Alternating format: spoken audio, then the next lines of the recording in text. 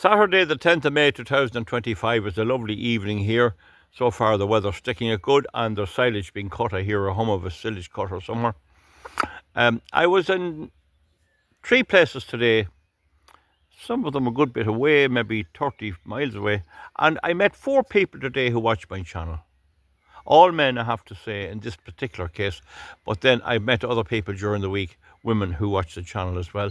And I always ask them the question, do you want me to change anything? Is there anything I could do better? And they all say the same. You're saying what we are thinking. So that's exactly what I intended it to be.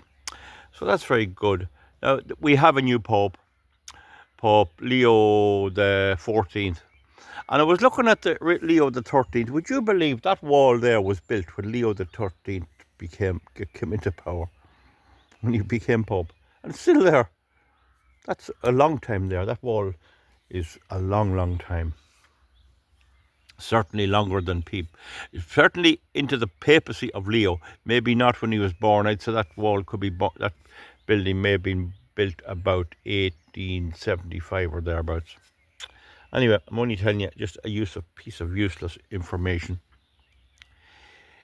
One of the things that struck me when I visited the Vatican in 2009 was the amount of grey crows in it. Do you know what a grey crow is, folks? Well, in Ireland, they're a breed of a carrion crow. They're like an ordinary crow, except that they have grey bodies and black wings. And they're very intelligent. But however, if they get too numerous, they are a bit like a vermin. They get too much. They can become too numerous. And I'll be honest with you, hunters do restrict their numbers a bit. They'll never die out. Each couple of grey crows have a territory. And they keep other birds out. And if a buzzard come in, they try to chase them out. So they have to be kept down in numbers. And I have been involved in that all my life and still do, to cull the numbers a wee bit. But they're very, very prolific in the Vatican. It's walking with them. I mean, I don't know why they can't. I don't know now, would I expect Pope Francis to take out an air rifle, you see, and there could be a ricochet too, you know. Wouldn't be maybe good. I don't know how you catch them. See, it's easy shooting them in a country, but not so easy in the city, unless early in the morning. Traps would be a bit cruel. But it could be done. Anyway, there's a lot of them there, but that's a different story anyway. It's not, what do you call that word? Egotistical, is it? Ecclesiastical. There's an ecclesiastical act, you know, in Ireland. And there was the Sunday Observances Act where you couldn't do any official act on a Sunday. That was abolished. It was 1600 and something. Well, Pope Leo has been praising Pope Francis, but he was hardly going to do anything else. I mean, what could you do in his position when you say Francis was a great fella altogether, and you couldn't do anything else like that. I seen there in about 2010, he made conservative views about same-sex marriages, which would be in line with my kind of thinking. My thinking is, however, the church has a thin line to walk. If you force out people who want to be in communion with Rome because of various lifestyles, it's a bit harsh, but at the same time, I think that the distinction must be made between man-woman relationships, and which are the normal, natural relationships, and other forms of relationships which are not in the same vogue. Now, strictly speaking, under Catholic law, a divorcee is who marries again, it has committed bigamy and is living in sin. So that's something which I think in the modern world, I mean, people don't get on in many instances, and you could have extreme unhappiness if you force people to stay together. So, however, that's another story, but I think that the church should issue some kind of a bull. Now, that's not a lad little for the cows, you know, a papal bull, do you know what I mean? An encyclical. Is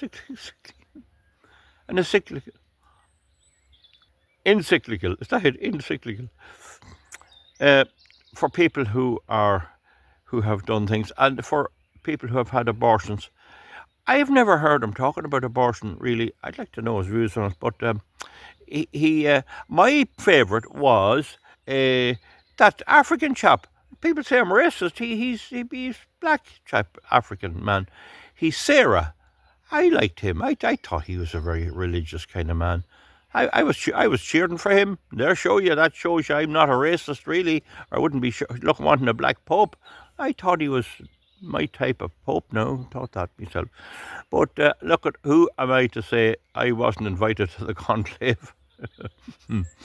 I don't smoke either, so there's no white smoke.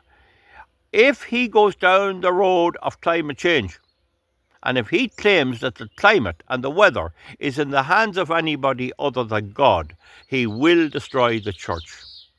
See, Christ never spoke about geography. He never said, oh, there's a place called Greenland up there. If you go across the Atlantic, there's a big country over there. You see, if he had tried to predict geography, he'd be caught out.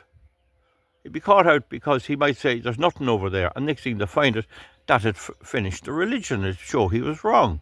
So he was careful not to make statements like that. He didn't do that, which was a good thing. The other thing he never did was he never mentioned about any astronomical event or other planets or anything like that. Now, he would never appear to me, or he'd be wise not to appear to me. There'd be even less teeth in the gum if that happened. I'd run. I'd turn and run. But in the story of the Lady of Guadalupe, he was a Native American, but he had converted to Catholicism in Mexico, and he was walking along because his uncle was sick, and because he had an apparition of Our Lady, and she told him she wanted a church built, but the next day he went a different way to get around her. He thought he was going to avoid her by going the other way, and she appeared to him again. But anyway, in that story, the bishop told the fella that he'd have to get some evidence that she was the Blessed Virgin, and she appeared to him again, frightened the wits out of him. I tell you what, he got, I don't know, you'd want a few powers in you before you be facing that. That's the thing, you don't know when it'll happen. So anyway, she told him to go up to the top of a hill, and he went up, and there was flowers there, beautiful flowers. And that was it. He knew that those flowers wouldn't grow in that barren place, and he gathered them up and he put them in his shawl, like in his. He had a kind of a long thing. What do you call it? Begins with a T. Or Tibble or something, or some name on it. But he had a big long thing like that. And didn't he put them into the shawl like this, and brought them back to Our Lady, and she's supposed to have fixed them up for him. And he went running up to he says, I have to get the doctor for me uncle. She says, you don't worry about the uncle, I look after him. Which she did. She did. So anyway, he ran over to the bishop again, and there was a good few people there when he went in, and he says, I have the evidence for you. And he dropped the front of the thing. It begins with a T, a Tibley or something. I can't just think of it a minute. Forgive me anyway, somebody write it down. He dropped it down, and he saw the flowers dropping out on the floor. And he knew these weren't native flowers. It turned out that they were flowers from Spain that couldn't grow in Mexico, or never grew in Mexico. But the bishop was from Spain, because the Spanish had went over and slaughtered all around them. But the natives had some barbaric practices too, cutting out hearts and everything else. And but anyway, he poured out the flowers, and the bishop saw the flowers. He knew they weren't native to Mexico. He was getting slightly impressed. So according to the legend, I don't know, don't hold me to it. According to the story anyway, when he dropped down the front, it was like a big sheet. There was the picture of Our Lady on it, superimposed on it. And they say that nobody can explain how it got there. It's not paint or anything. And it's there yet. It's still there after 500 years. Anyway, that's the story of Guadalupe. You can look it up yourself. Anyway, like if somebody appeared to me like that, I'd ask the big question: is there life on other planets? Is there life? Is there any kind of human life out there anywhere? And try and find out a bit. You know, you could do a bit of praying too. But it wouldn't be anything wrong with asking that, you know.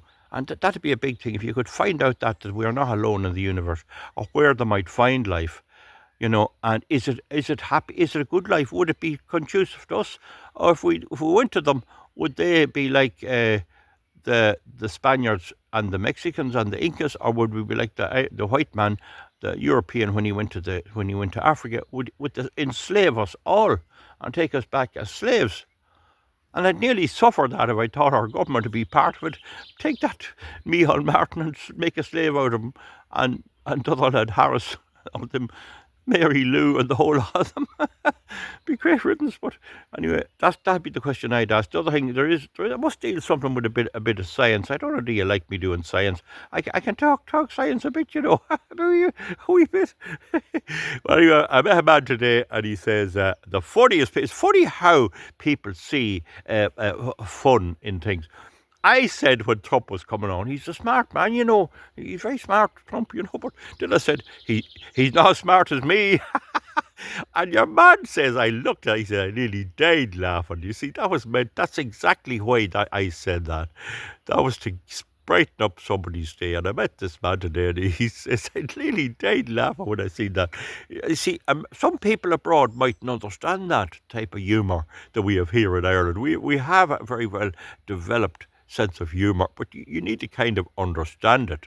There's names on it, there's sarcasm and all that. Like, you come across a fella and he's after building a wall and it's all crooked, You say, that's as good a wall as I have ever seen. That's the best wall. You see? There was a woman had a pub in Kingscourt, Claire Duffy, God be good for, she's dead and gone. And she was a very religious woman, but she'd have a fair day to be in, and they'd be buying bottles of stout. That time, the bottle of Guinness was the only drink. But a bottle of Guinness needs to be poured, especially this time of year. Pour it nicely down the glass. It's a very good drink, a bottle of Guinness. Pour it down the glass. And I can't drink many. After about 7 of them now, I get a sore head the next day. But anyway, well, I might drink 7, but I wouldn't drink 9, especially now they're bigger. You see, they used to be only a half pint. Now they're a third of a litre. So you want to watch that too. But anyway, the thing about it is, what was I on about now? Yeah, she got this for an old friend of mine, and he ordered a bottle of stout, and he wanted it poured in proper, so he got good value. And she heeled it in, and the whole froth all burst out, and she lost a half of his bottle. But he still had to pay for it. Oh, he says, Miss, you're the best woman to pour a bottle of stout in the county. And she knew, of course, he was saying that you're some dope to do it to my darling bottle of stout. Anyway, I digress a bit, Will the Pope go climate change and turn me off him? He better keep out of it. Keep out of anything that can be proven wrong in future. Definitely he can talk about the planet. I'm horrified at the way they slaughter all the trees down in the deserts of South America just to grow more beef. And bring it in and make meat that I can't get beef sold. But even at that, even there had to be a little help for people in that Amazon jungle, and that it's a pity to destroy people's environment. I think I get very sore about that.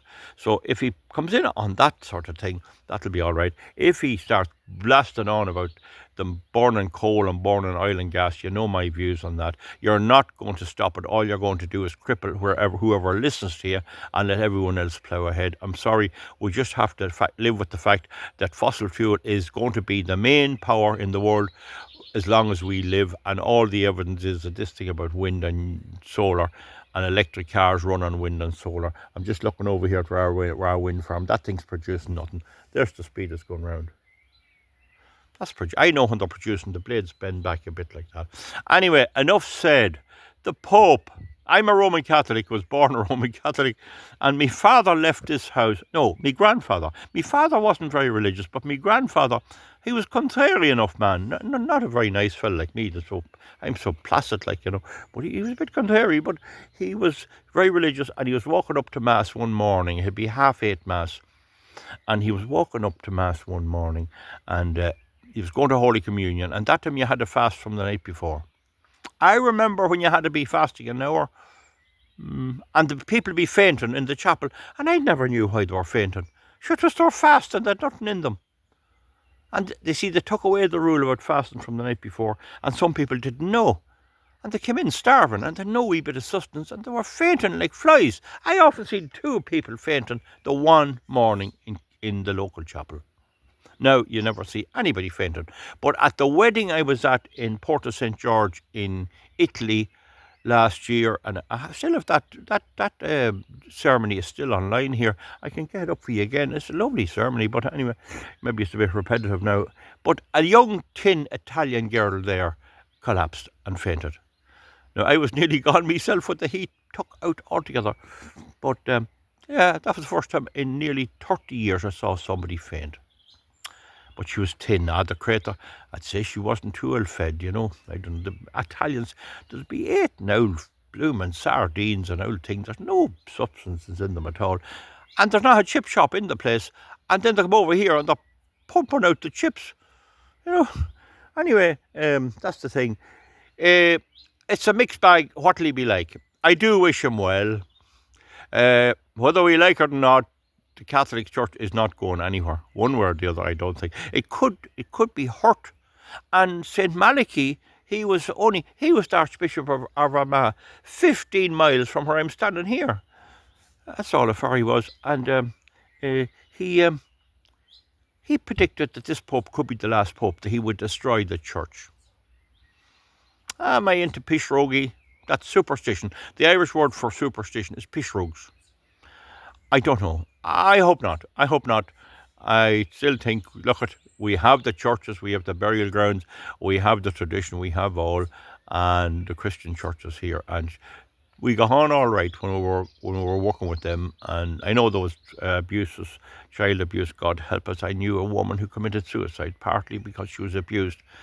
I'll say no more on that. Anyway, that's nearly enough. So we'll say a prayer for him anyway. I'm not going to have a public prayer for him. He has a brother who has a nice countenance. He's from Chicago.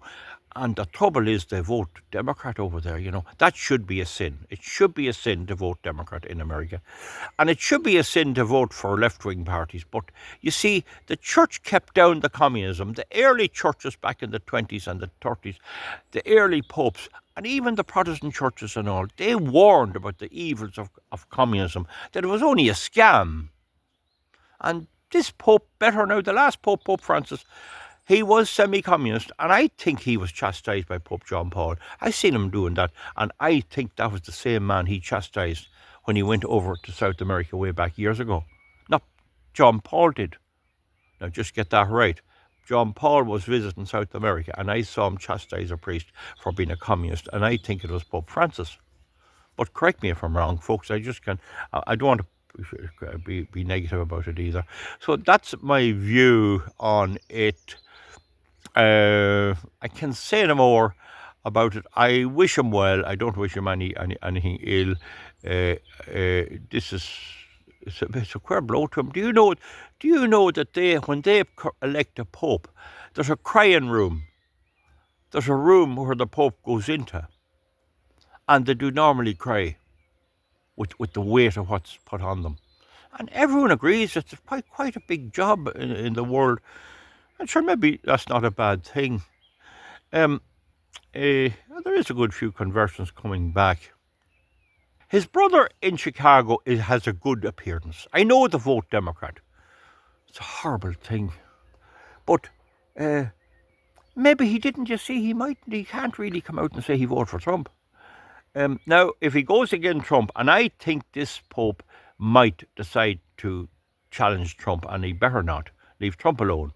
Trump is there by the will of God, the same as he is, only in a different way. That's my view. But I hope he doesn't tackle Trump. Now, the other thing, and I'd be missing here if I didn't mention it, because I am rambling on, but it's just such a beautiful evening. I don't see why my viewers wouldn't enjoy this video either, because we don't have to be all shouting. You know, we can relax for a while too. He better keep out of migration. This idea that Christ would want the whole world to move into Ireland is absolute baloney. Are the Icelandics not Christian? They're kind of an evangelical Protestant crowd. And they're not Christian because they don't let in migration. That was never the law. The Ireland up to 2024 didn't allow mass migration. But what's wrong at the minute with the migration in Ireland is our government is so pagan, not that's even a bad word. They're such antichrists. They're such horrible globalist, cultural Marxists against everything that the wee bit of Christianity had stood for. That they're incapable of vetting people. You know, when I was a guard for a good while, and we'd vet people there. Now, in fairness, it was a very simple thing to do. You wouldn't want to be any rocket science. You know, if somebody was getting naturalised, getting an Irish passport, they'd go through a bit of a process. A couple of guards would go out, so they'd be have a word and all that. It was only a byproduct of what I'd be at. But I'd just stamp because they'd check them out. And it was a problem then we'd talk about. It was mainly dealt with by the superintendent's office and the guards local. The sergeants didn't deal with it much. Once they were put out, of course, there had to be someone to put them out. But there wasn't that many putting them out. But it was easy enough controlling. But I think the present people, governments and all, are so woke, they're not capable of deciding between a decent person and a bad egg and a tramp. You know, they're not able to make up the difference. We would know. We would nearly know. I'd nearly know to talk to a person. You know them there in the shops from India and places. And they're nice people, you know. But you can't have them all. But still and all, if you have nice people in that are glad to be here and enjoy a nice evening like this, I mean, you need a hard heart to put everybody out. But we can't let everybody in either. We have something to offer, and we should be very, very stingy about how we do it. And of course, I don't have to mention Assi Bibi. That's what radicalised me, to not let a Catholic woman, the poor thing, her wee daughters used to shout her up through the window of the prison in Pakistan. And the judge said to her, if you can get someone to take you, and I tried to get her in here. What I wouldn't give to have her here. Anyway, that's that. She got into Canada anyway, thank God for that. If she ever sees my videos, here's cheers to you. I'd love to get a letter from Yassi, I would really. Now, so that's enough said. It's the jury's out on Pope Leo the 14th. I got a tin roof on this. It's still doing well. It could be like the Guadalupe. It never deteriorated. But some of the roofs here blew off during the gale. But this wall could be here for another Pope Leo. You would know it. These walls last forever. You know, that's the way they are. They'll definitely see me out anyway, unless I take it out of here. And I'm unlikely. It's a great building. Now, anyway, folks, I've said enough. Long-winded on the Pope. And unless he gets to be over to tackle them grey crows. Bloody places. There's about 50,000 of them around the Vatican alone. Unbelievable. Maybe somebody in Italy'd see this and explain to me about them. But it's a lovely country. Oh, the place I was in, Porto St. George, and there was hills up. And you drive along the road and you go into a tunnel and out again. Oh, they spent a lot. They have lovely roads in it. I mean, they'd put our place we're only the halfpenny place. And the only thing is they do drive on the wrong side of the road, but sure, nobody's perfect. But you'd see a hill like that, and way up the top, and there'd be a tractor way up in the middle of it. There'd be about 4 acres of good land, and they'll plough that bit of good land. I've seen very little big wheat fields in Italy, and they grow oats and barley and everything. I don't know what the story is there, probably for the distilling industry, I'd say. I don't know. They have some cattle, not much. So that's enough rambling for me tonight. Thank you very much on the Pope. We leave him like that now and let him settle in. I'm sure it'll be a while till we hear anything. Sure, that's it. Now, that'll do. Enough said. There was a story told me the other day about St. Peter was out at the door one day, and this fella arrived up. He was an IRA man, Irish Republican Army, butty fella with an old jumper on him and a tin box under his arm, a biscuit tin. And St. Peter says, you don't look very, don't look right for in here. You don't appear to have the right reverence approach coming in here. And he says, I don't think you're going to let you in. And he says, I'm not trying to get in. He says, I'm giving you 10 minutes to get out. He had a bomb in the biscuit box. Dave Allen used to tell another story about this fella died and went to heaven, and St. Peter showed them all around. He let them in. He showed them all around, and he showed them the Protestants over there, and the Jews over there, and the Muslims over there, and the South American Indians over there, and several other sects, and the Hare Krishna and all of them. And next thing he saw a big wall, big wall. He said, "What's the big wall for?" Well, he says, behind that is the Catholics, and they think there's nobody in here, only them. Another true story which I know happened after a funeral, not too far from here, in a real country churchyard. An old man died, and there was a good few people around, the typical crowd you get around here, of all denominations. And there was a funny fella there, and he was a bit of a canat, as we'd say, a bit of a playboy. And they were talking about heaven. The minister, it was a Church of Ireland, was giving a bit of a sermon inside, and you could hear him outside, and somebody mentioned about going to heaven and that, and we'll call your man Lardens for the sake of it. He wasn't Lardens, we'll call him Lardens. So Lawrence, I wonder will you get to heaven, because he was a bit of a playboy. He'd be drinking a bit too, not very popular in his church. But anyway, do you think you'll get? I don't want to get to it, he says. I don't want to get to heaven. Huh? Why not? He says, sure, I'd know nobody. I wouldn't know anyone there. I believe that got an unbelievable laugh that morning. Okay, we'll see you back. That's my views on Pope Leo the 14th. All I can say is God bless him. Look down on him. I said about his brother, he has a kind appearance. Pope Leo has a kind appearance. Provost was the name. They're from Chicago. I know he's a Yank and they're half mad. But he has a kind appearance. He has a good appearance, like. Whether that turns out, I may have to eat my words yet. He'll have to do the first blunder. And it's not easy to have everybody happy. It's not easy to have everyone happy. And nobody is perfect. Certainly nobody's perfect. I don't like to judge people. It says, judge, don't you judge, and you'll be judged as well. You'll be judged as well. But anyway, but still, I think that the old tradition of the church has to be kept. The basic tradition. Now, if people close to me say there have to be women priests, I'm not so sure. I think that'll damage the church. Definitely women doing everything, but I don't know about having them celebrating Mass. That's a very tricky one. I don't think it'll happen. I would be against it, and I'm not against women in any way. There could be more vocations now. I don't know. But I'm not too sure if that's a good one. And what about the priest getting married? What about the priest getting married? Well, it'll be hard to keep them, but there is enough money in the parishes, like. There is enough money. Some parishes are better than others. And do you know that the church gets an awful lot of money in donations? There was an old friend of mine, I'd be far out, he'd be a third cousin, and he left 1/4 of his money, 1/4 to the bishop. And there was a woman not long from here, and she made her will, and she'd had made leaving it to different people and a bit to the local priest.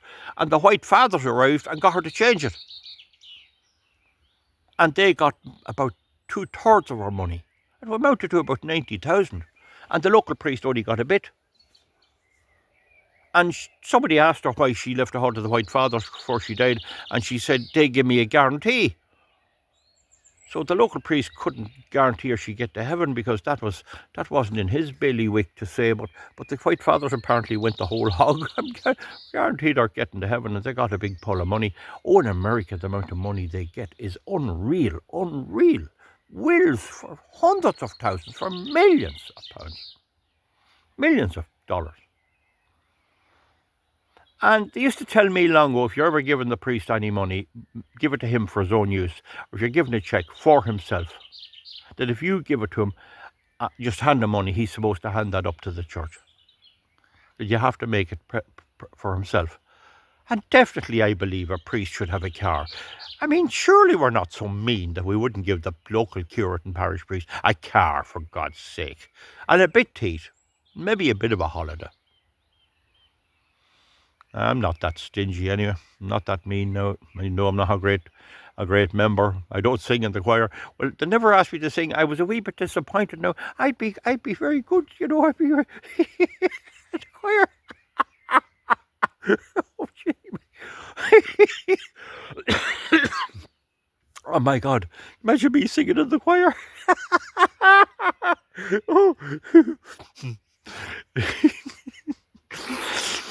Anyway, enough said. That's enough now. I've done enough gabba with me in 30 minutes. I hope you enjoyed the video, and sure we can have a bit of fun on a thing, and I wish somebody did say about that. You're very irreverent. You're a very naughty person. I didn't know that, you know, but to say you are, you're very naughty. So I'll have a job getting in. I'll tell you, I'll have a job getting in. I could have to do a while in the number 2. Unless I could organise a blackout, a power cut, and have a phase tester here.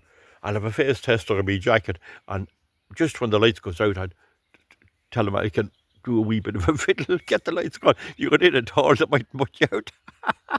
Right, folks, that's it. Pope Leo the 14th. Good luck. God bless him, and God bless us all. Good luck. Bye bye. Thank you.